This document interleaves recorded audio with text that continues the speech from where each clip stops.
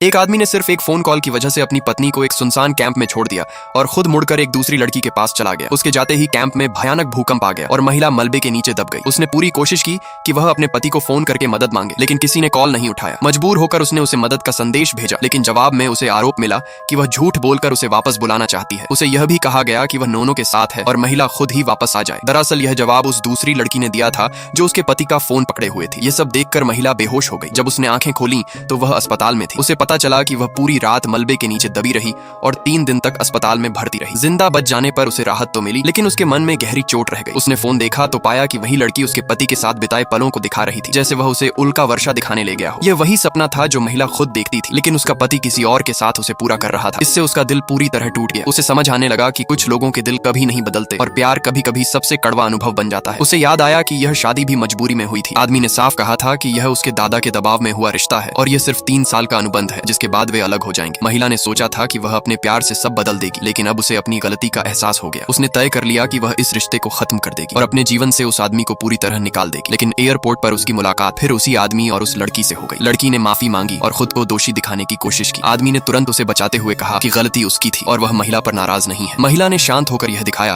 कि अब उसे इन बातों से कोई फर्क नहीं पड़ता और वह अपनी जिंदगी में आगे बढ़ चुकी है। उसकी यह बदली हुई शांति देखकर आदमी खुद उसके साथ घर लौटने लगा। रात को दोस्तों के बीच बैठे हुए उसने महसूस किया कि अब उसकी पत्नी पहले जैसी नहीं रही। पहले वह सबसे पहले उसके कॉल पर घर लौटता था, लेकिन इस बार वह दूसरों को जाते हुए देखता रह गया। दोस्तों की बातों से उसे एहसास हुआ कि वह अपनी पत्नी को खो रहा है। घर लौटने पर वह उस लड़की के कहने पर एक केक लेकर आया, लेकिन महिला ने जब केक काटा तो उसमें आम निकला, जिससे उसे एलर्जी थी। आदमी घबरा गया और माफी मांगने लगा।